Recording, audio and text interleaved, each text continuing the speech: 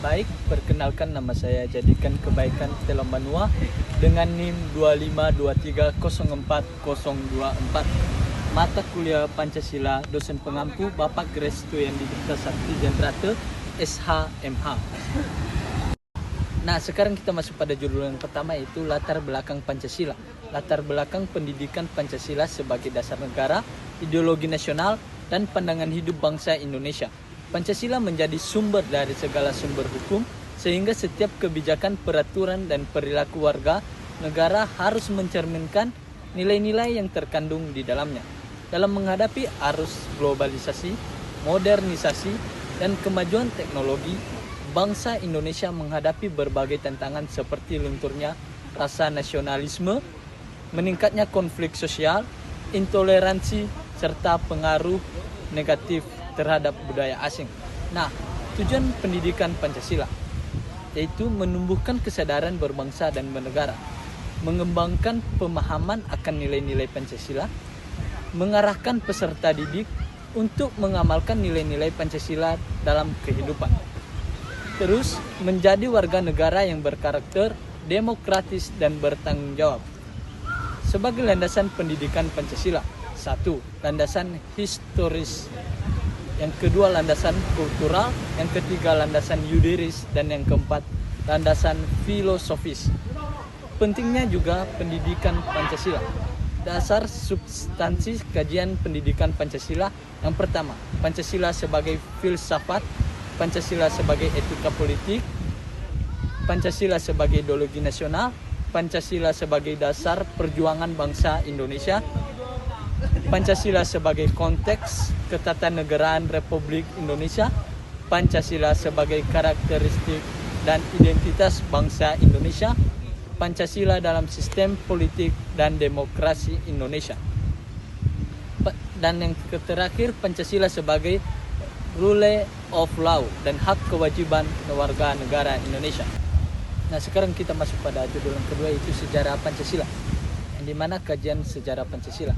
Akar nilai Pancasila dirumuskan secara formal, nilai dasarnya sudah hidup dalam kehidupan masyarakat Nusantara. Nah, religius, kepercayaan terhadap Tuhan atau animisme, dinamisme, kemudian agama-agama besar seperti Hindu, Buddha, Islam, dan Kristen. Manusia tercermin dalam hukum adat, norma kesetaraan dalam pergaulan masyarakat. Persatuan kerajaan besar seperti Sriwijaya dan Majapahit menekankan sembayan persatuan, misalnya Bhinneka Tunggal Ika. Nah, konsep selanjutnya yaitu konsep dan urgensi, yaitu Pancasila dalam arus bangsa Indonesia. Yang dimana periode pengusulan Pancasila yaitu yang pertama, masa kebangkitan nasional pada tahun 1908 hingga 1920-an. Yang kedua, Budi Utomo pada tahun 1908 menekankan bahwa persatuan bangsa dan kemajuan teknologi pendidikan sebagai dasar perjuangan. Ketika Syarikat Islam pada tahun 1911 mengedepankan nilai-nilai ketuhanan dan persaudaraan dalam gerakan sosial politik. Yang keempat, Indis Parji, itu didirikan oleh Dawes Dekker, yang dimana gagasannya menekankan bahwa nasionalisme radikal dalam kemerdekaan bangsa. Nah, pada masa Sumpah Pemuda mengikrarkan satu nusa, bangsa, dan satu bahasa. Menjadi longgak kesadaran nasional akan pentingnya persatuan dan kebangsaan. Nilai inilah yang menjadi ketat menjadi inisiatif pertama yang diajukan Soekarno, yang dimana kebangsaan Indonesia, yaitu pemikiran tokoh bangsa pada tahun 1930-an awal, 1940-an, yaitu Ki Hajar Dewantara menawarkan konsep Trisakti Jiwa, kemerdekaan, kebangsaan, kebudayaan. Nah, yang kedua, Soekarno mengusulkan sintetitas 3 kekuatan besar, bangsa, nasionalisme, Islamisme, dan Marxisme. Yang selanjutnya itu Muhammad Hatta mengajukan gagasan demokrasi, ekonomi kerakyatan, dan kooperasi sebagai landasan kesejahteraan. Selanjutnya Muhammad Yamin mengedepankan persatuan nasional, kebudayaan Indonesia asli, dan kemerdekaan bangsa Indonesia. Periode perumusan Pancasila.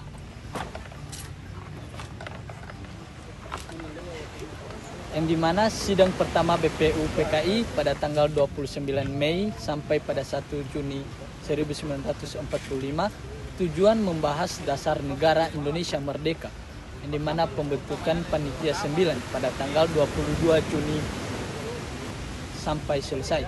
Yang kedua, sidang kedua BPU PKI pada tanggal 10 sampai 17 Juli 1945 yang membahas rancangan Undang-Undang Dasar. Seterusnya, Piagam Jakarta dijadikan pembukaan Undang-Undang Dasar. Pancasila mulai ditempatkan dalam konteks hukum dasar negara. Nah, selanjutnya periode pengesahan Pancasila,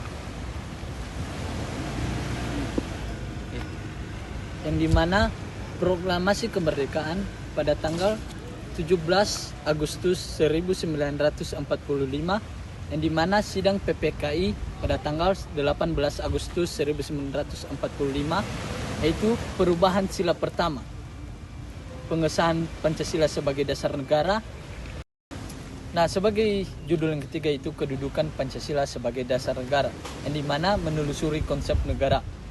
Itu kita harus mengetahui pengertian negara, yang dimana negara adalah organisasi kekuasaan yang memiliki kedaulatan untuk mengatur kehidupan suatu bangsa dalam wilayah tertentu. Negara menjadi sarana untuk mewujudkan cita-cita bersama rakyatnya.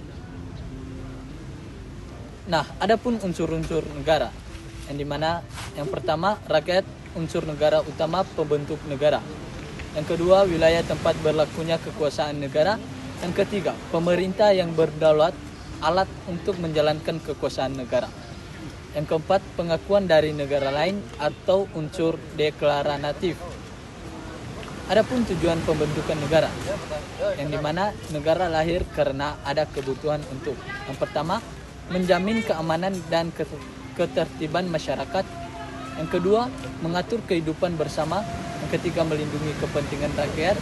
Yang keempat, mewujudkan kesejahteraan umum. Dan bentuk negara dan pemerintahan, yang dimana ada negara kesatuan atau unitary state khususnya di Indonesia, yang dimana juga ada negara federal atau federal state khususnya untuk Amerika Serikat. Nah, di sini juga kita membahas ada konsep tujuan negara. Yang pertama, konsep tujuan negara secara umum.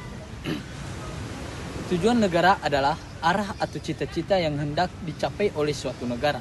Tujuan dasar penyelenggaraan pemerintah. Ini menjadi dasar penyelenggaraan pemerintahan. Nah, kita juga harus tahu apa itu tujuan negara Indonesia. Yang pertama, ditetapkan dalam Undang-Undang 1945 alinea keempat. Yang pertama, satu, melindungi segenap bangsa Indonesia dan seluruh tumpah darah Indonesia. Yang kedua, memajukan kesejahteraan umum. Yang ketiga, mencerdaskan kehidupan bangsa. Yang keempat, ikut melaksanakan ketertiban dunia yang berdasarkan kemerdekaan, perdamaian abadi, dan keadilan sosial. Nah, kita juga harus tahu apa itu implikasi tujuan negara. Yang pertama, pemerintah harus melindungi hak asasi warga negara. Yang kedua, menjamin keadilan sosial. Yang ketiga, menyelenggarakan pemerintahan untuk kesejahteraan rakyat.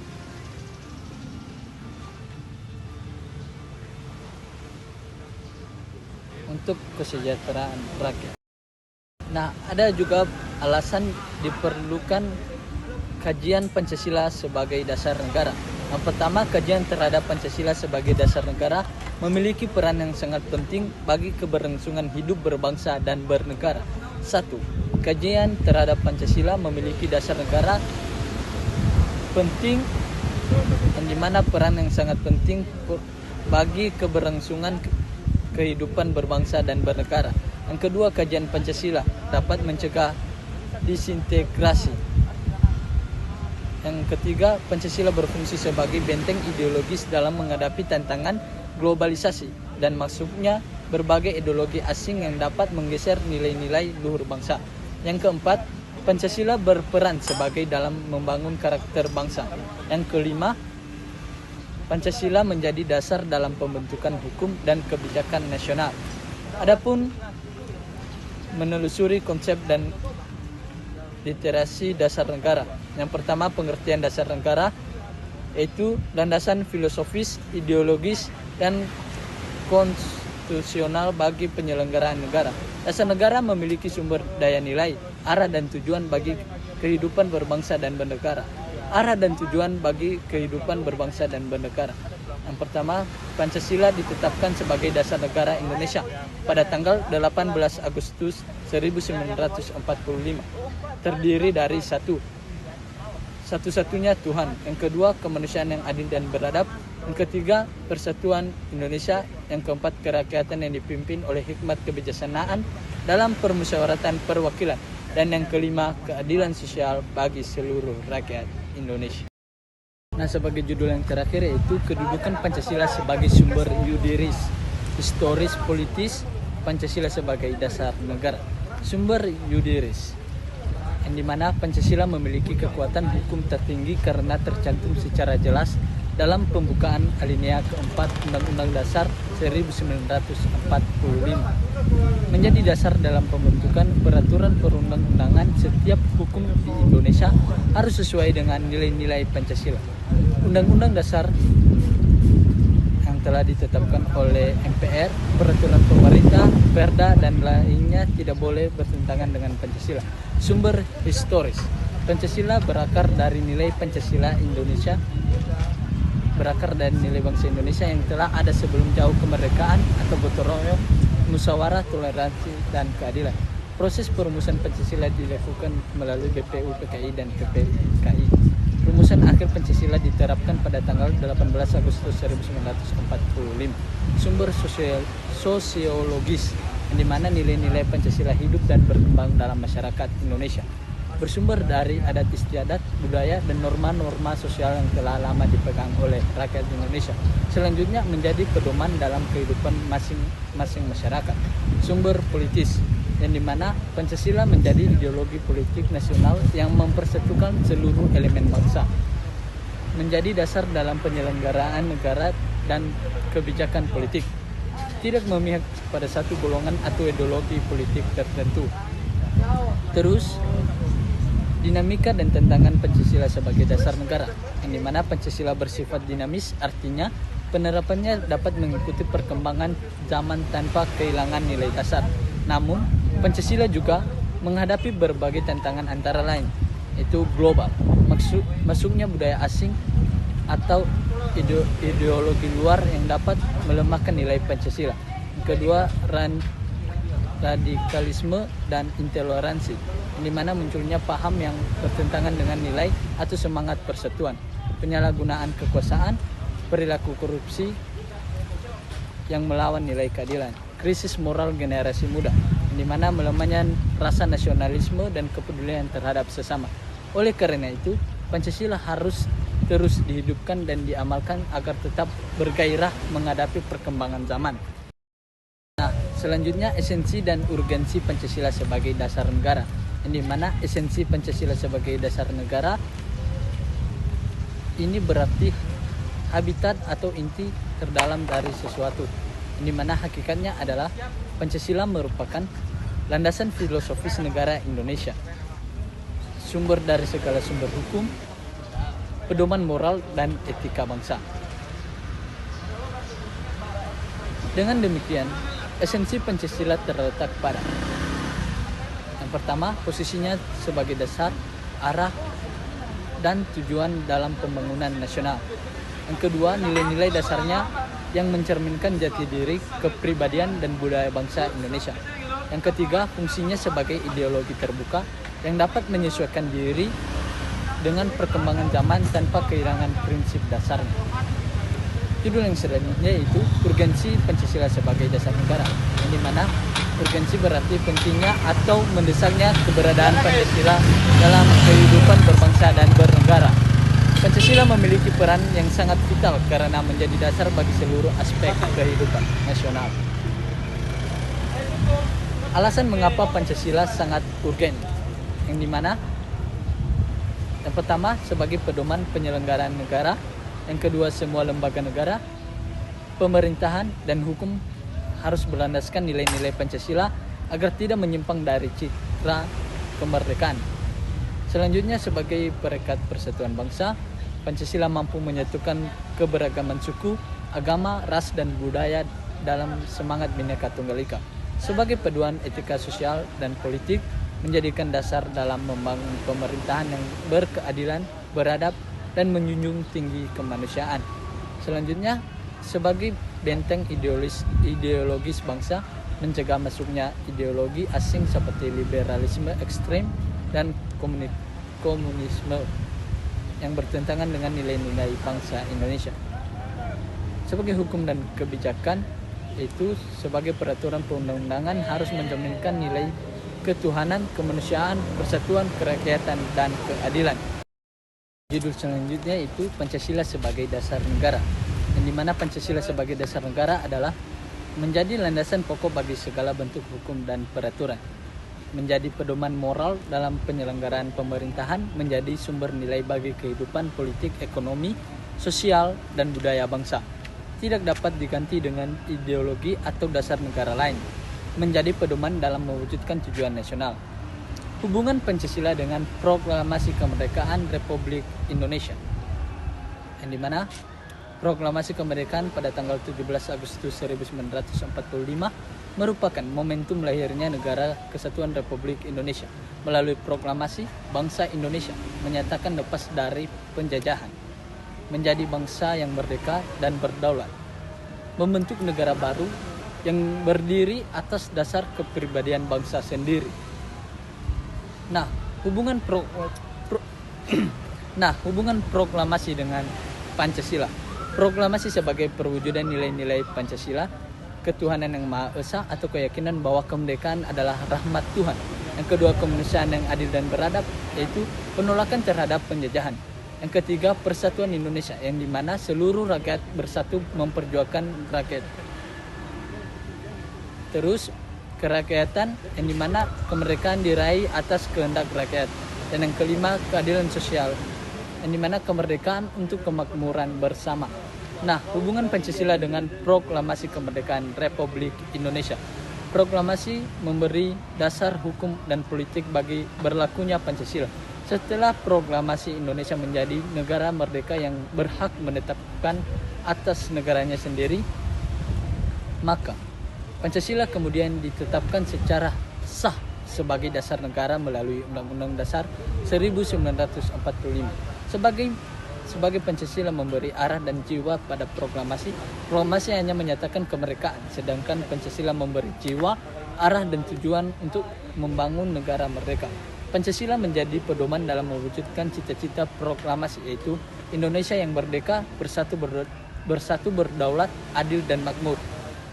Hubungan Pancasila dengan pembukaan Undang-Undang Dasar 1945, yaitu Pancasila tercantum dalam pembukaan Undang-Undang Dasar 1945, yaitu 1. Kemudian daripada itu, untuk membentuk suatu pemerintahan negara Indonesia yang melindungi segenap bangsa Indonesia dan seluruh tumpah darah Indonesia, dan untuk memajukan kesejahteraan umum, mencerdaskan kehidupan bangsa, dan ikut melaksanakan ketertiban dunia yang berdasarkan kemerdekaan, perdamaian abadi, dan keadilan sosial. Maka disusunlah kebangsaan Indonesia itu dalam suatu susunan Undang-Undang Dasar Negara Republik Indonesia yang terbentuk dalam suatu susunan negara Republik Indonesia yang berkedaulatan rakyat berdasar kepada ketuhanan yang Maha Esa, kemanusiaan yang adil dan beradab, persatuan Indonesia, kerakyatan yang dipimpin oleh hikmat kebijaksanaan dalam permusyawaratan perwakilan, serta dengan mewujudkan suatu keadilan sosial bagi seluruh rakyat Indonesia. Demikian saja chapter review dari pertemuan pertama hingga akhir. Jika ada kesalahan, mohon dimaafkan. Sekian dan terima kasih. Yahoo.